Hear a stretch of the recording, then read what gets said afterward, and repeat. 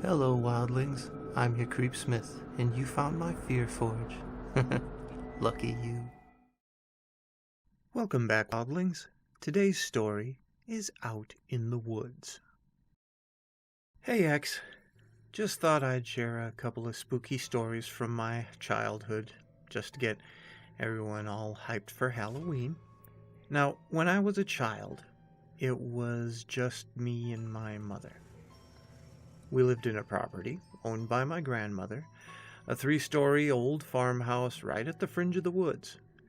It was far off the road, down a long, unlit gravel driveway. It felt very isolated at night, being so distant from any other houses, set in an area that hadn't been inhabited for 30 years before we started living in it.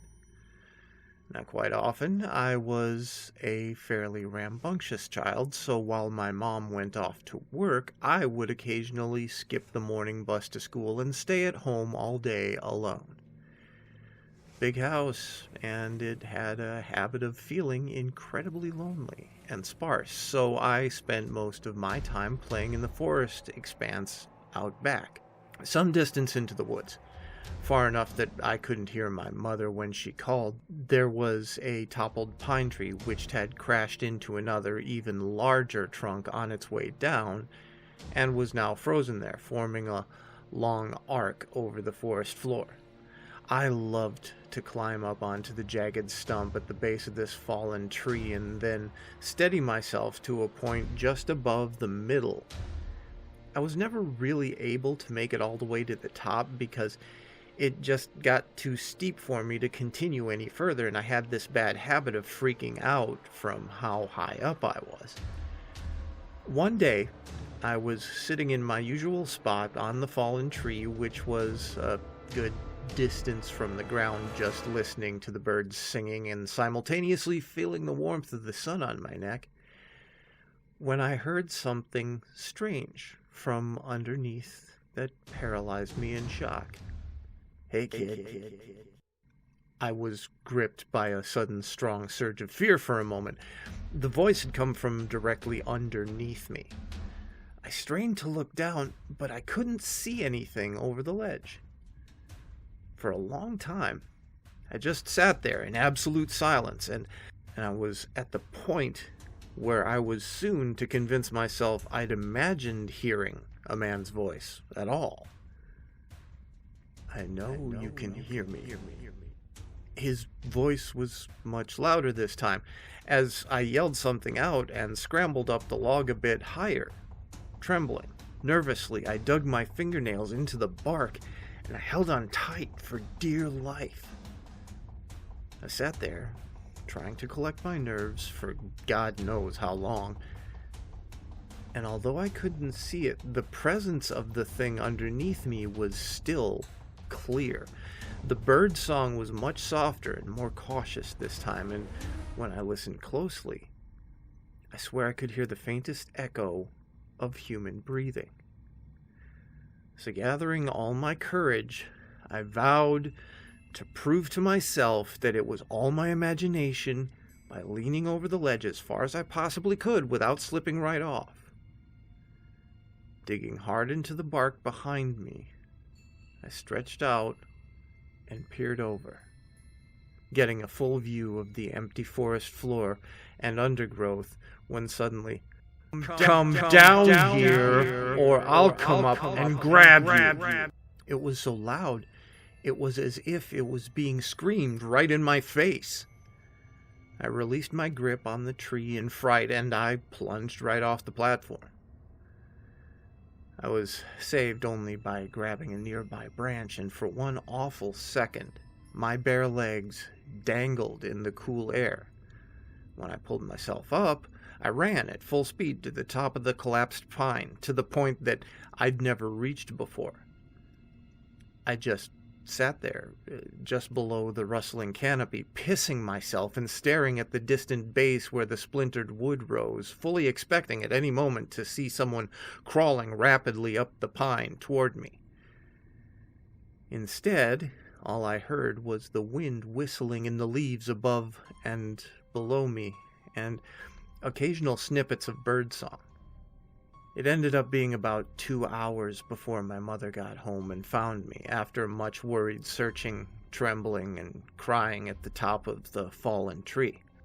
Although this incident spooked both me and Mother, in time, I somehow recovered, exhibiting that naive, hard skin of a child, although I never went as far into the forest as I used to, and never again even approached that fallen tree. Once when I was 12, I had the chore of taking firewood from the shed out back just at the edge of the woods and bringing it back inside the house. It was a tiresome job, and I always chose to do it at dusk when the air was brimming with mosquitoes and a swampy fog that usually coated the lawn. By the time I'd made my last round, I would sprint back to the house, spooked. One of my least favorite things about this job was that the shed was full of barn owls. If you've ever seen a barn owl's face staring at you from a dark roof corner, then you know how uncomfortable that shed made me. One of these nights, it got mistier than it ever had before. A thick sliver of fog covered everything and limited my line of sight to a short sphere around me. Even though the shed wasn't far from the house, I found myself feeling disoriented, and more than once I walked in the wrong direction, both times for some reason walking straight toward the woods. By the time I'd reached my last load, it was too foggy to see the street. My eyes stung in the moisture, and it made my vision blur. Lurching forward, I managed to walk headfirst into a tree, doubling over and dropping all the wood that I was bundling onto my feet with a hard crunch. As I went to pick the wood up, my foot throbbing pretty hard, I realized that the ground was too misty for me to see my knees. I decided to head to the house without the wood, since we had more than enough for one night. However, it was getting to be pretty dark, and I couldn't make out any signifiers of which direction I had headed in. Even though I had cautiously walked for several feet in any direction, trying to figure out my position in the mist, I still couldn't figure out any points of identification. I couldn't even locate the fence or the gate, and the more I walked, the more I seemed to stumble into trees, pine needles, and mud crunching under my feet instead of the dew-covered lawn. After a while, I finally realized that I couldn't even find the shed anymore.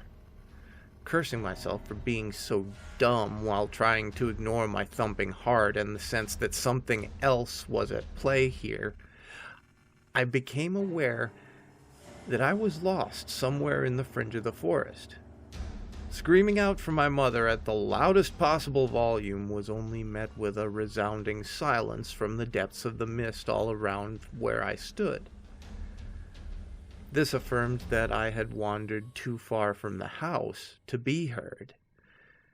As a deep panic started to settle on me, I noticed a glimpse of something pink moving against the nearby pine trunks. Coming closer, I saw that it was a ripped-out square of pink paper. On it there was an arrow, pointing left. It looked vaguely like something my mom might make, I rationalized, to keep me from getting lost. So foolishly, I followed the direction set by the green arrow, shivering in the increasing cold. I kept walking for about 5 or 10 minutes before needing to stop to take a breath. My heart was pounding so fast it began to hurt. As I sat down, however, I spied what appeared to be another note fluttering on a nearby trunk. I noticed that this one was embedded with a long nail. It bore another arrow, this one pointing up, and a small, sloppily written note that said, "This way." Now, despite my increasing panic, I convinced myself that these notes were my only shot at getting back before nightfall. I was desperate to get the hell out, and my brow was coated with sweat, so I followed the green arrow to a point where I could just dimly make out another spot of pink up an incline of collapsed stumps and leaf litter. At this point, it was getting pretty dark, and I had to strain both my eyes just to see a few meters ahead of me. Following the green arrows, feeling less and less sure of where I was, I stumbled through the woods, groping out in the mist to feel for trees, although I was terrified of something unseen grabbing my arm or hands. I came across the third green note, which had another arrow, again pointing up, this one leading to an increasingly steep slope that I didn't recognize being anywhere near my house, and with a poorly drawn smiley face right above it. At this stage, I became too freaked out to cope, and I started to cry a little. As I slumped against the pine stump, the possibility that I'd be out in these woods all night began to sink in like a syringe being driven into the veins of my arm. I caught a glimpse of another pink square in the near distance. Squinting hard, unnerved by all these notes, most of which looked fresh and without any sign of decay despite the previous week's nonstop rain, I read it from afar. What I read made my blood turn cold, and I stood to my knees, dead silent, wobbling on them in fear. My eyes were sensitive in the mist, and for a long time, I kneeled there in the rolling fog, reading and rereading that horrible note over and over again before a snapping stick somewhere behind me caused me to sprint blindly, twigs snapping at my ankles and cutting up my face as I ran. Written on the note, in big green letters, was my name. It felt like I was running for hours, all the while the rain and mist lapped at the back of my neck like the decaying breath of someone running right behind me. Somehow, I made it back to the house. All the lights were off, and I struggled to find the keys for a moment. When I found them, I bolted indoors and quickly crawled into bed, where I remained unsleeping until morning. Mom just thought that I'd come inside and gone to bed, and hadn't thought to leave the lights on. It was a miracle, some freakish coincidence that I found the house at all. That final incident at that damn house was witnessed only by my mother. Up until then, she had never experienced any of the strange things that I had, although we mutually shared the peculiar oppressive quality that the house's interior had on us, and its placement in the dreary, imposing woods.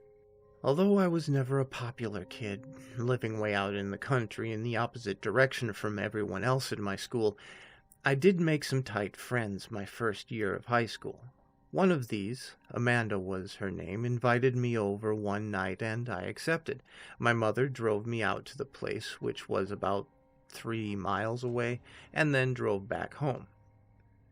That night went well. We watched a horror movie. I know, suitable. Devoured some pizza and probably smoked a little hash. My mother went home alone, where she intended to get some writing done. She worked for a magazine at that point. It was about midnight when I received an off-putting text from Mother in all caps. "Is this a prank? I need to know, now." Thinking this was some kind of joke, I texted back, "Calm yourself. Is what a prank?" Almost immediately, the response was, "Are you at the house?" Of course I responded no, though I was thoroughly weirded out by now. I didn't receive any other messages until around 3 a.m. when she told me to go to my grandma's in the morning and not, by any means, to go home. I remember those bleak torrents of rain that day I went to my grandmother's, and how terribly soaked I was when I finally got there. Grandmother's house was nearly 2 towns away. I'd had to fight the temptation to go home and drop off my bag, but Mom's disturbing message from last night were enough of a warning not to do so. When I arrived, Mom and Grandma were having lunch. At first, my mother seemed to be in some sort of composed state, but when I got a better look at her, I noticed that all the color had drained from her face and she was trembling a little. At one point, she even sent a small glass crashing to the floor after flinching at the cat brushing around her ankles. It wasn't until later that night, when my grandmother was sound asleep, that she finally told me what had happened. She went further as to forbid me from telling Grandma, out of fear that it would horrify her superstitious soul too much. This was what happened the night I was at Amanda's, as she described in lurid detail. My mother was sitting on the first story in the living room, where she sat on the couch by the fire. The curtains were open to the view of the sunset on the canopy going over her latest draft. At first it was so faint that she barely noticed it, but after a while my mother became aware of and vaguely irritated by tiny thumping noises near her head at the window. When she went over to the window to investigate, she saw fat brown moths of a kind we often got at this place buzzing madly around and bumping into the glass. Reasoning that this was the cause of the sound, she returned to her work. However, she was rattled a little bit. It was when the noise started to get sharper and louder that she paid more attention to it and saw that rocks were being thrown at the window from the total blackout of the forest edge. She saw them appear from the shadows of a bush and then fall in an arc and bounce off the window. Looking carefully, she could see small cracks where some heavy ones had hit, right beside where her head had been moments before. Temporarily captivated, she tried to peer into the darkness enough to make out where the rocks were being thrown from. Then, with a startled shock, she jumped back from the window as she saw me standing half behind a tree right near the window, grinning wide and staring up at her, my one visible eye stretched wide open, showing all the white. She barely stifled a scream, seeing her own daughter standing there, just staring and smiling. Not only did the figure not move or blink, it was standing by one of the nearest pines, far from where the rocks were shooting up out of the bush, as they continued to do so in a loud downpour. My face unceasingly continued to press out at her, smiling. Now, thinking this was all some kind of sick prank, hence her later text, my mother shouted my name at the top of her lungs, frightened to the core. However, instead of responding, the mouth of the thing that looked like me behind the tree just started moving as if it were mouthing silent words, really, really fast. Suddenly it turned its head to the side and seemed to be talking to someone else behind the tree, my mom said, who couldn't be seen. But she could see a formless black shape hanging against the other side of the tree. The girl that looked like me kept staring at Mother, doing the silent speed talking thing, then turning and whispering to the thing next to her. Then she'd turn back and start up again. Then, breaking the monotonous spell, she suddenly pointed straight at my mother and started laughing. Mom screamed and fled to my bedroom on the second story, the only room with a working lock, where she shut herself in and sat at the far end of the bed as the rocks began to pitter-patter against the window downstairs again. She spent the night dry heaving and weeping in fear. In my room, my mother said that she didn't feel safe. There was an awful smell and a weird humming noise in the walls, as she described. She tried to pray for a time before giving up and just listening to the rocks pelt the walls and windows. Somewhere in the kitchen, she caught the distinct, vibrant sound of a window actually smashing and the weird, continuous humming. Listening more carefully, she could identify it as the softest hint of a mumbling voice. In absolute horror, she recognized the voice, and then, virtually too afraid to look, she tilted her head up to the closet door where an awful white face could be seen staring right at her, mouth contorting and gaping in what sounded like high, sped-up whispering. The closet door was only a meter from my mother, and it started to open slowly. In an unimaginable explosion of terror, she immediately bolted to the door, only to fumble with the lock, as bigger and bigger rocks came crashing through the window, which burst apart in a spray of glass shards, before finally getting out, running out of the house, completely keeping her eyes off the woods, getting into her car and driving off.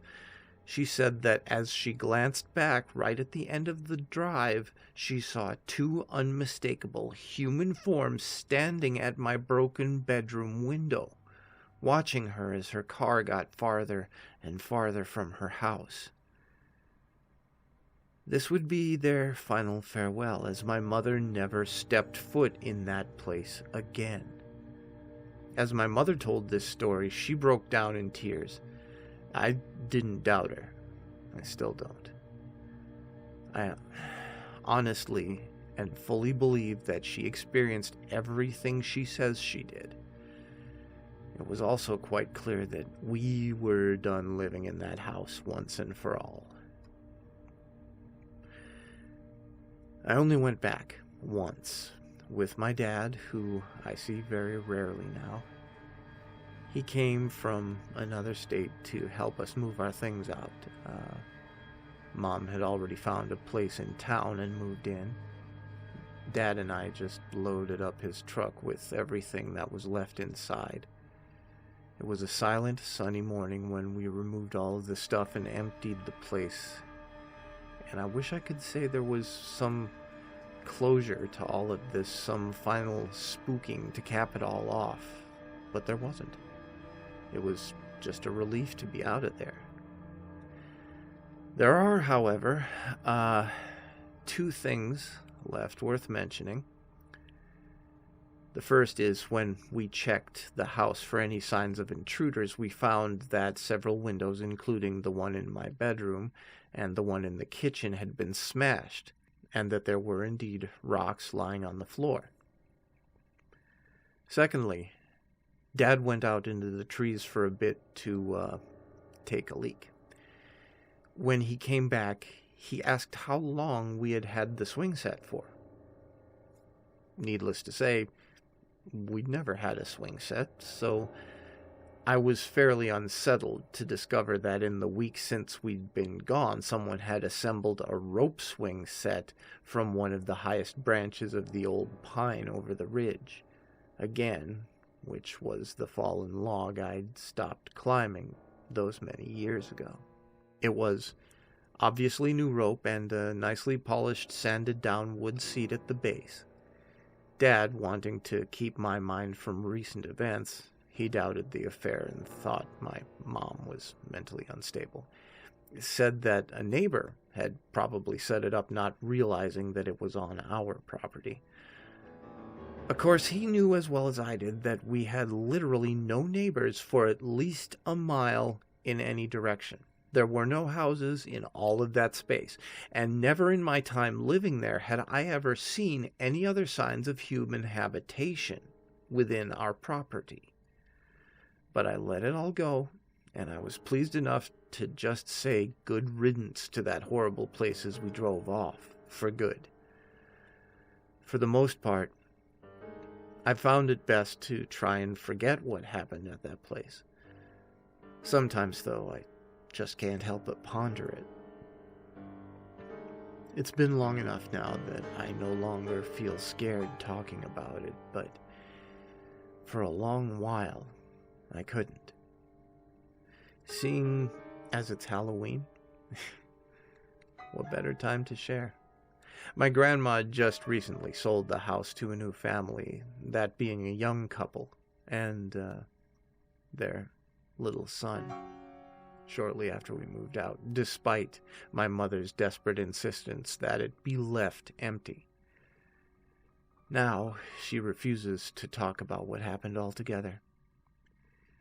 I'm less anxious about it, although sometimes I can't help but let my imagination get the better of me. All I can do is think of that old house, the fallen down tree, the new occupants, the swing out back, gently spinning in the breeze as that little boy toddles obliviously towards it. Most of the time, I'm very happy to say about other people's problems. Not my circus, not my monkeys. But there are times where you just can't help but feel responsible when you know what might happen. Stay scary, wildlings, and make the most of your nights.